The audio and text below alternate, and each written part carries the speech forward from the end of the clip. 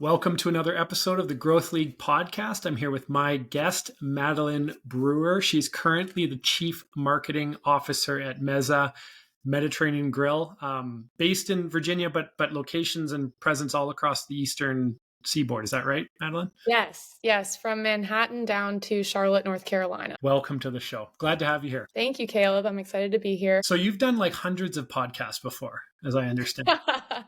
No, this is actually my first one.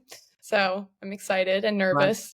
Glad to be your first. It was a pleasure getting to know you when we got introduced originally. And what I'm curious to ask you about, Madelaine, is you have a long list of experiences in marketing functions, all the way from very early intern coordinator days, and then you had a stop in your career at Mezza, and then you went away, and then you came back. So just give us an understanding of your journey as a marketing leader. What brought you back to Mezza, and why is it the place for you today?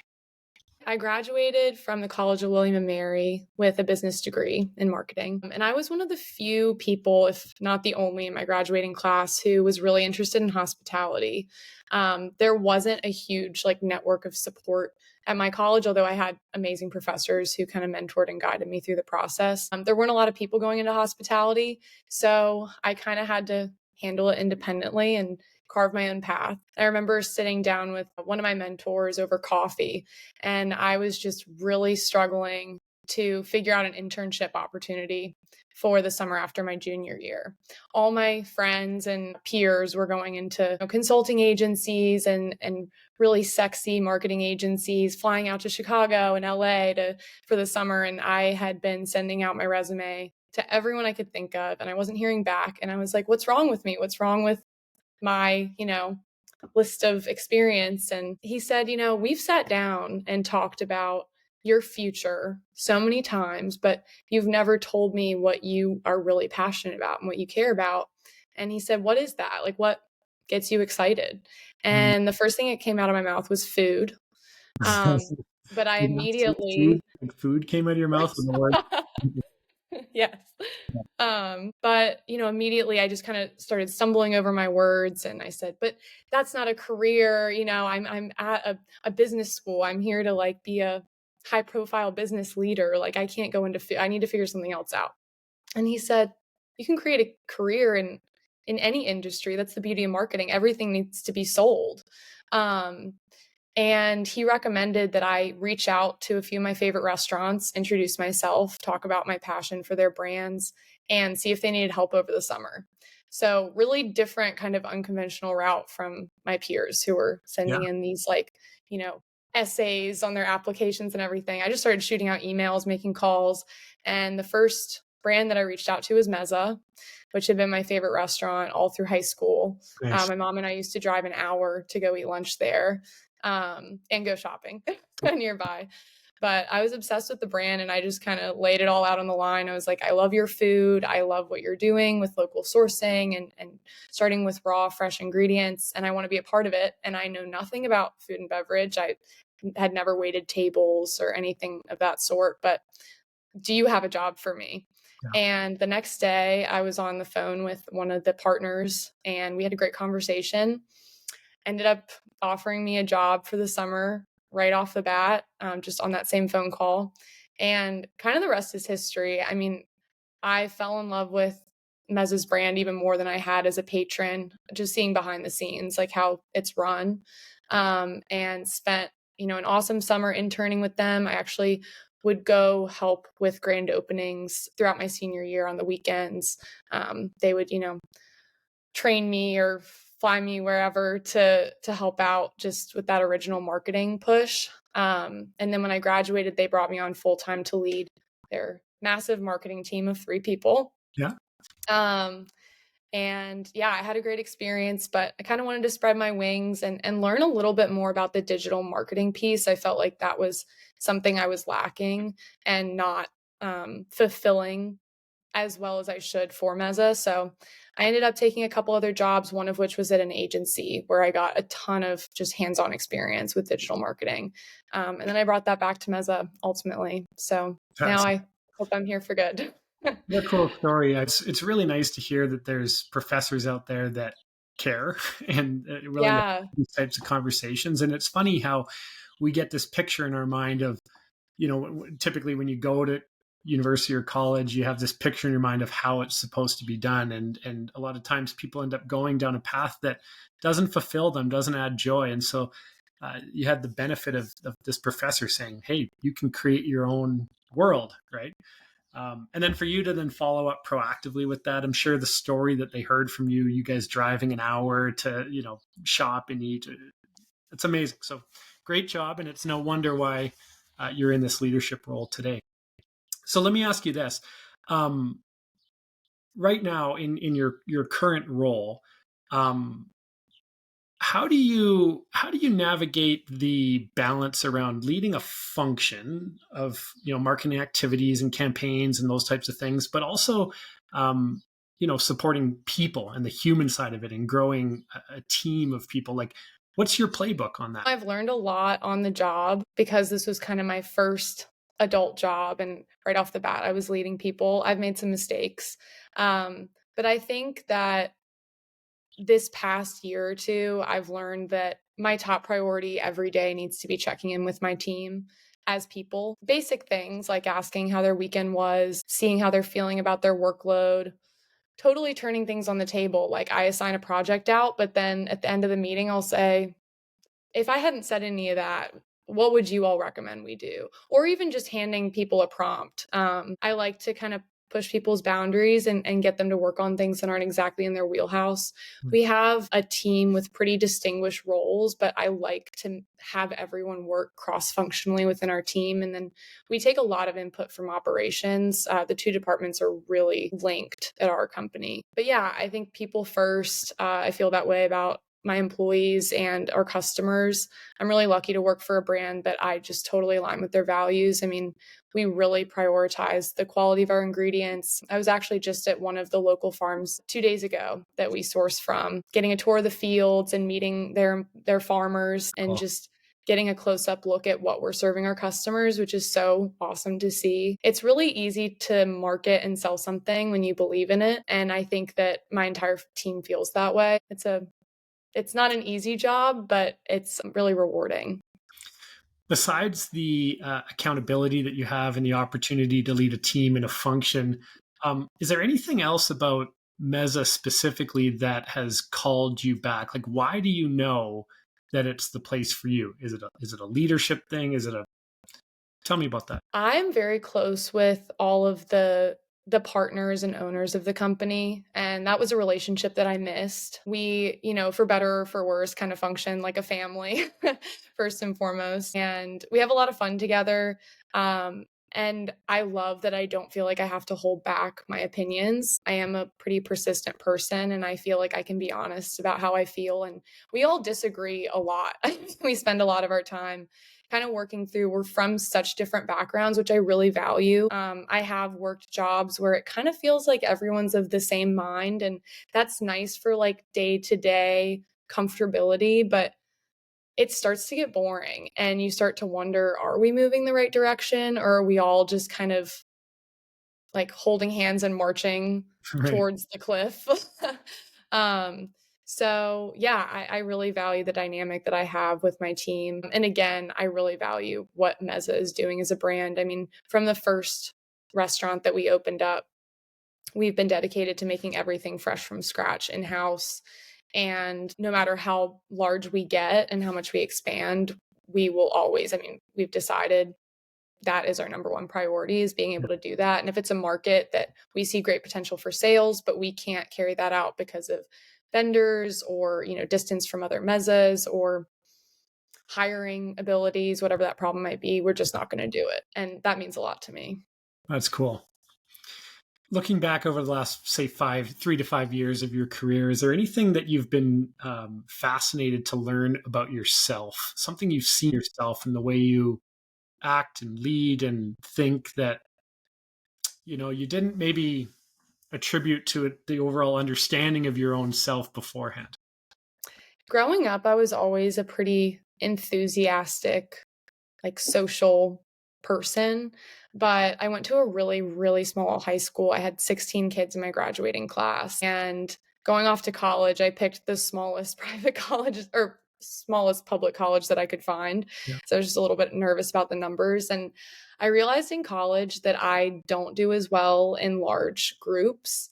And that made me a bit nervous for my career because I knew I wanted to be in a leadership position. But when I saw the way I clammed up in a classroom trying to raise my hand in front of 50 kids, I got worried. I was like, am I headed down the right path? Am I shyer than I realized? So I think something that surprised me in the working world that was different than at school is that I can get comfortable in front of a large group. It's definitely not my first instinct, but it's actually where I drive a lot of energy, like large board meetings or, grand openings where I'm meeting a ton of new customers and introducing them to the Mediterranean cuisine and our brand. I'm always so Wow. hesitant that morning, like, you know, clammy hands and Yeah. kind of the anticipation. But then the end of the day, I'm more energized than I was going into it. So I think it's, you know, ultimately I'm an extrovert, but I kind of have a hump to get over at the beginning. So that is something that I've learned about Interesting. myself. That's fascinating. Similar question. Is there anything that you find you find yourself constantly thinking of yourself as an imposter as? So where within Mm, your career do you feel that I hope nobody finds out? yeah. Yeah. Well, I think it's something that I feel like an imposter about, but I also know I need to retrain my brain. Yeah. My whole family growing up insisted that we're bad at math and told me that I would be bad at math. And then I was bad at math in school and really struggled on exams and would just kind of freak out and my brain would shut down. And so going into marketing, which has become so analytical and data driven, I was a little nervous about that piece. Am I going to be able to understand the metrics? Even if I understand, am I going to be able to communicate those to leadership? And it's something I second guess myself on a lot, but it just has driven me to dig down deeper into it and Mhm. be assured before I'm sharing information that I understand what I'm talking about. Um, and we do luckily have a few really numbers oriented people on our team that I've worked with a lot to kind of harness my own skills and just get more confident Yeah. talking about that information because it is so important, especially in the digital marketing sphere, to understand the numbers and Yeah. not just to be able to report you know such and such XYZ thousand engagers or views or whatever. But what does that mean? How do those numbers correlate with each other? Right. And I've actually found I'm really interested in it now that I've, opened myself up to it. So tell me again and specify, knowing that it's an area of maybe conditioning from childhood in terms of seeing it as a weak area. What do you do actively and proactively to, you know, A, have understanding of it, but B, despite that, you know, uh, excel within it, if that makes sense? I give myself the time to sit with it. I think that's really important. Like we put together a monthly social media report and then a more general marketing report, and we're talking about all those metrics in those. I give myself a day or two between the report being finalized and presenting it to leadership to really digest it and do some research on competitors. What's the best way for me to talk about these numbers? Honestly, AI has been really helpful for me in just framing those things. So, yeah, I would say giving myself time and really doing the research. Sometimes I can be a little bit, you know, timid about areas that I'm not as confident speaking in. So, I think just getting myself to that place Sure. is important. On the flip side of this whole topic is you know, what are you most comfortable with? What do you believe your superpower is as a CMO today? I think digging into the details, getting leadership on board with things, hard conversations, I would say, is my Really? strongest strength. It's so Um, interesting, right? You described this younger woman that was scared in big group scenarios, raising your hand, and now today it's your superpower. yeah, yeah, I've worked on it a lot, and I think reasoning has always been something I'm really interested in. I have a background in debate in high school. I did public forum, was always terrified, but I made myself do it. And so I think that whole process of coming up with your contentions and having 10 different, statistics to back up each of your points, like I kind of frame difficult conversations with my team in that same way. Like, what points am I trying to make? What do I actually have to back this up? Am I just saying this to say it? So yeah. So if someone is a friend of Madeleine's or a spouse or a boyfriend or something like that, you better be prepared because you're dealing with a professional debater. Yes, and I have a lot of conviction. Good, good. Madeleine, what's within your role, within your world right now? What's the top one or two things that are causing you the most concern or challenge, or maybe you find yourself thinking about a lot, talking about a lot with your team? Maybe it's not Yeah. solved yet, but it's top of mind. There's a few things. There always are, I guess, areas to improve. One of those for us, as we're looking to grow sales at our existing locations, and we're also opening in new markets all the time, is balancing all of our different channels for sales. Which for us, as a fast casual, concept, and is probably very similar for other fast casual concepts, is we have in-store dining. Yep. We offer pickup and delivery all through first party channels. We have a catering menu, which we offer in house, but we also do all of those things through third parties. And right now, we partner with over 15 third party platforms to sell our food. Not all of those are partnered with each individual store, but across all markets. Yeah. We've got our hands full, quite a portfolio.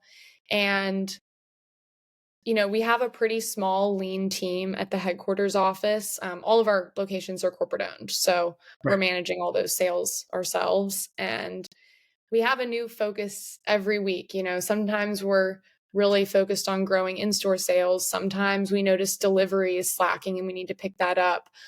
Sometimes one of our third-party vendors, we notice sales have declined over the past quarter. Why is that? Do we need to update our menu there, offer some deals, have a limited time offer? And I think, that is something we've been struggling with, is what is that perfect balance, right? Between our first-party sales, but also third-party. Because as we've learned over the past few years, a lot of customers that go through third party, that is their channel. And if you're not meeting them there and meeting them the way that they want to be met, they're not going to be buying from you. So while there is a really big push to convert people from third party to first party, obviously your margins are better. They get to know your brand more. You have more control over their experience with you.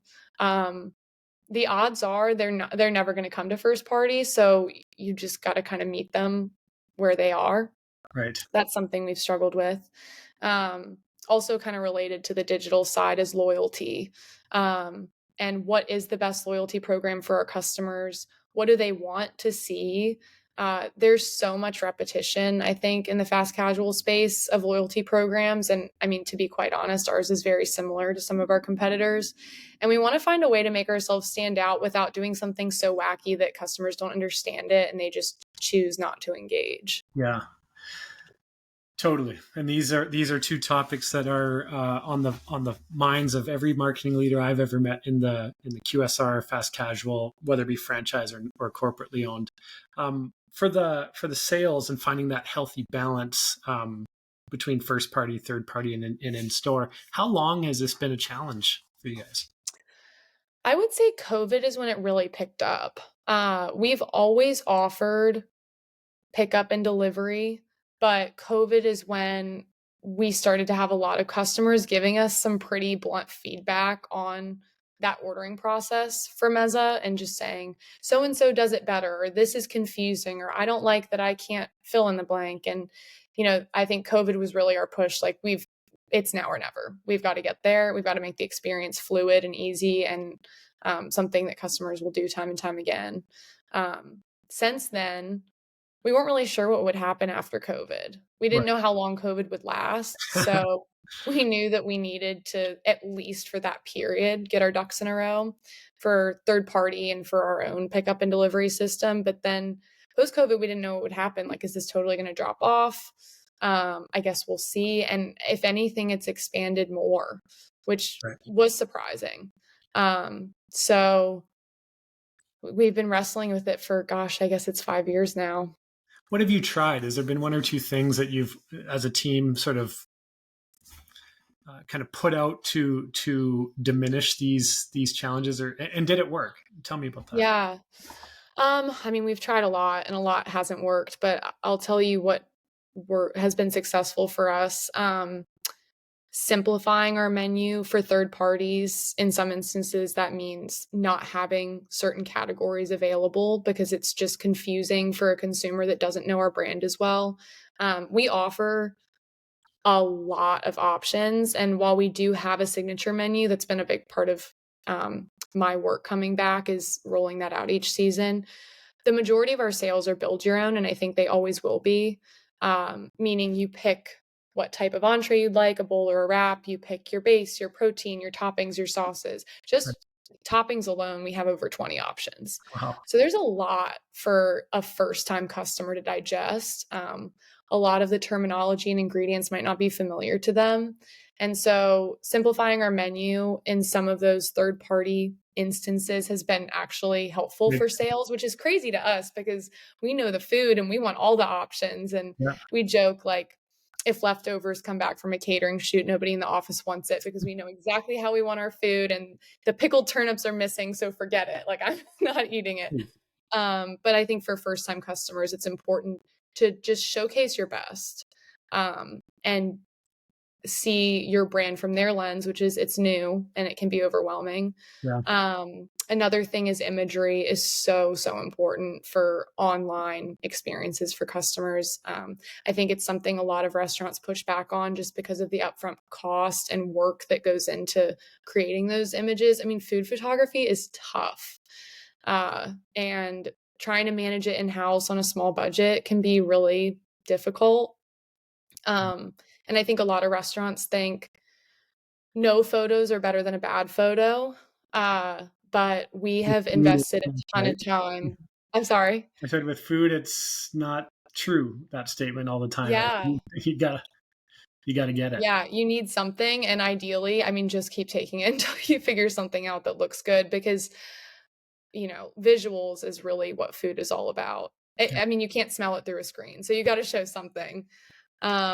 So we've invested a lot in equipment, nothing crazy, but nice cameras. We actually have just figured out a way to kind of work in our restaurants so that the food is at least fresh, which makes production a little bit difficult. But I mean, we probably have photo shoots every few weeks. Like, at the beginning of a season, we'll take all new photos of our signature items. And then throughout the next few weeks, we're all kind of looking at the menu. We're like, the chicken bowl, it's not really filled to the brim. The falafel kick wrap, it's a little bit fuzzy. We need to redo that. And we're just constantly tweaking that because the pictures really are what sells the food online. Totally.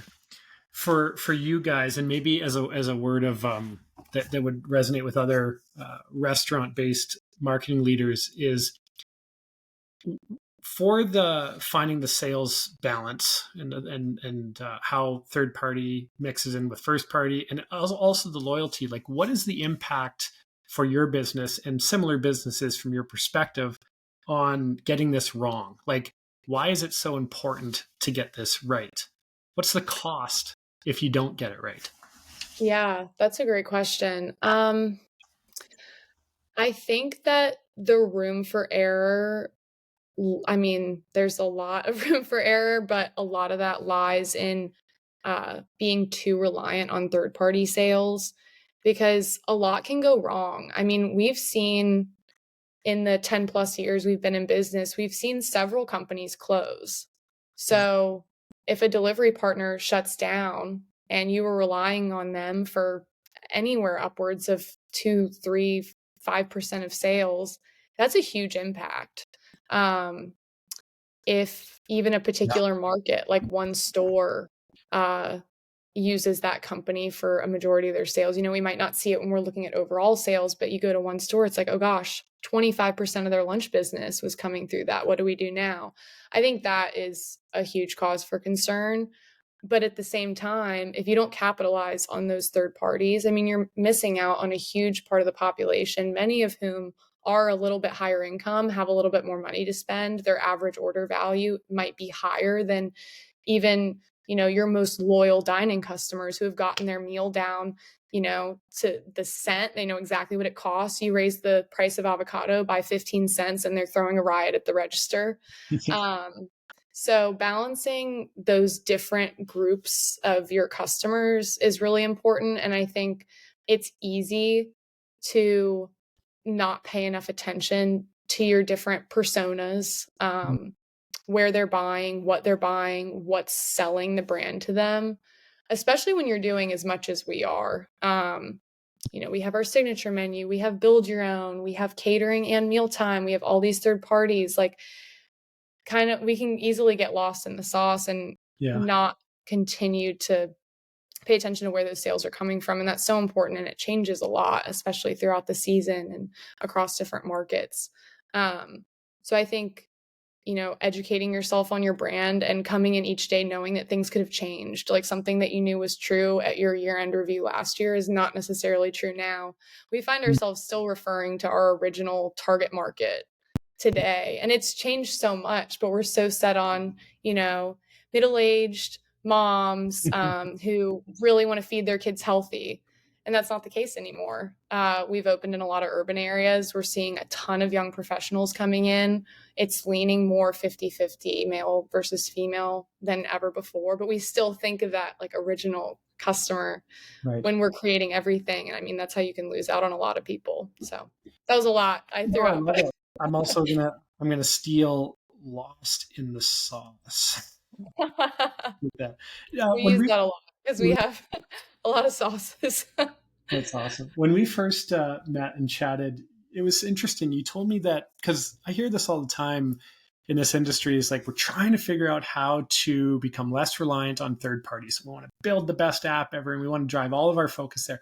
You guys made a bit of a different decision. You said, we're going to wrap our arms around and embrace third party and drive that, maybe not at the expense of first party, but we're certainly not going to try to alienate or move away from third party. So tell me about that decision. Yeah, I think it was painful because, again, you're looking at smaller margins when you move to third party. It was a difficult decision to make, and it requires a lot of work because it's a totally different thing to manage. And you're trusting someone else with your brand, which is scary for, a group that's as passionate about our brand as we are. But ultimately, we just kept having the same conversation. These people aren't coming over. And first of all, if we're not giving a great presence and experience on third party, we have no chance in capturing those people who are loyal to their app of choice.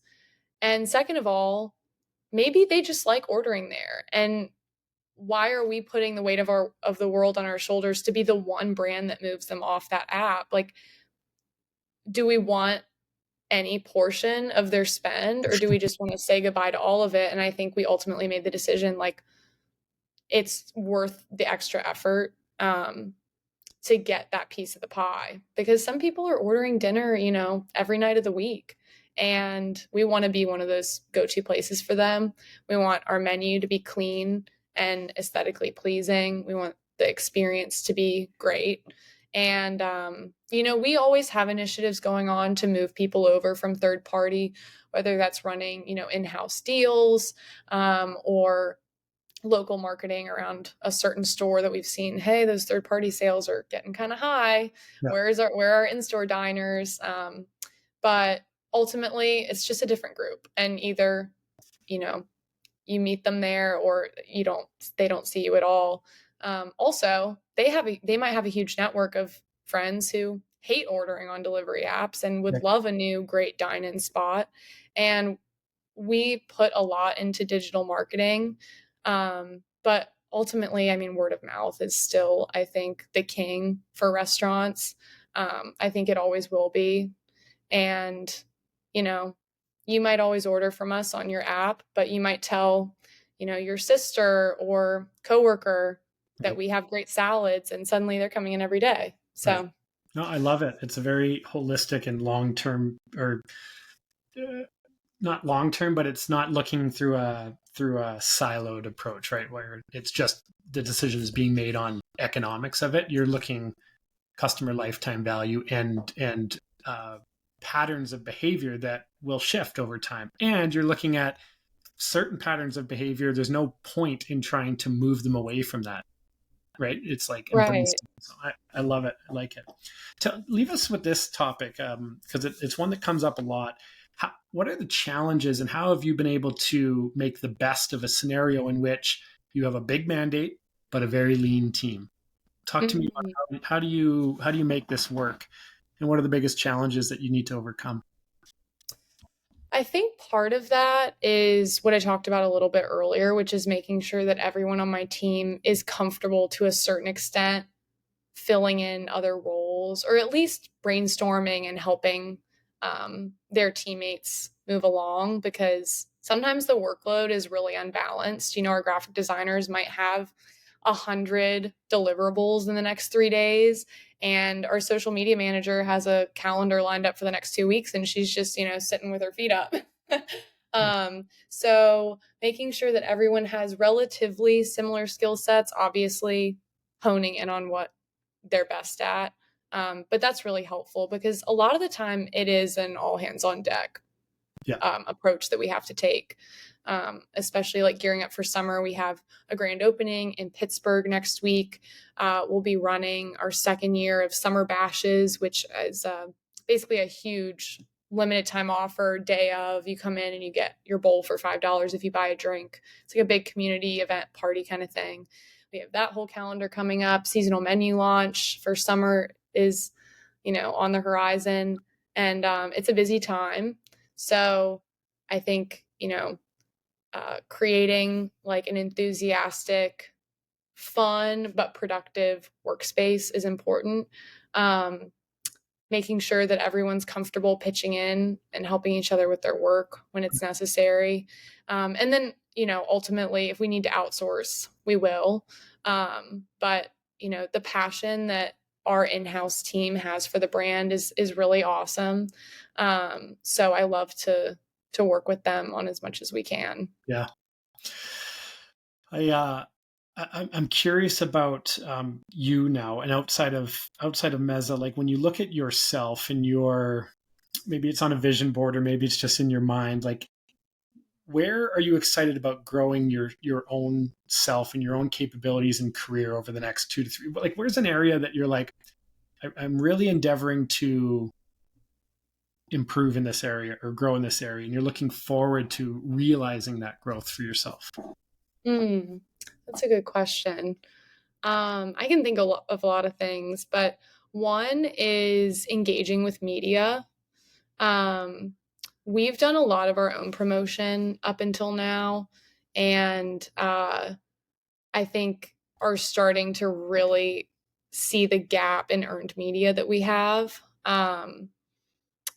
We've hired some public relations agencies to help us with kind of short-term projects like a grand opening or something. Yeah, And it's hard to ignore the impact that extra work has.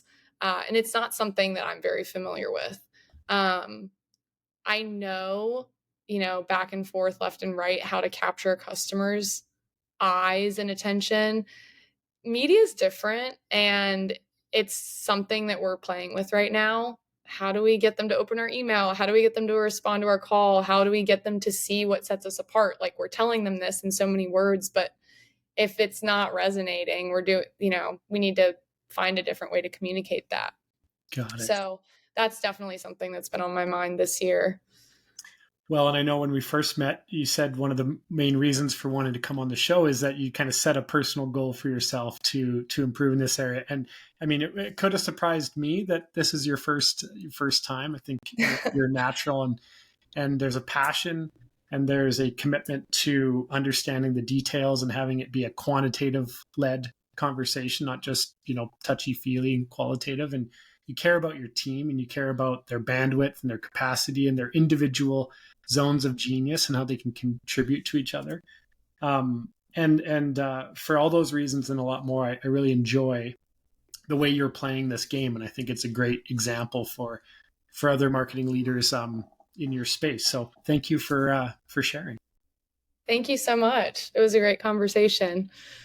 Everyone, my guest, Madelaine Brewer. If you're ever on the eastern side of the States, get over to Mezza. So thanks again. Thank you.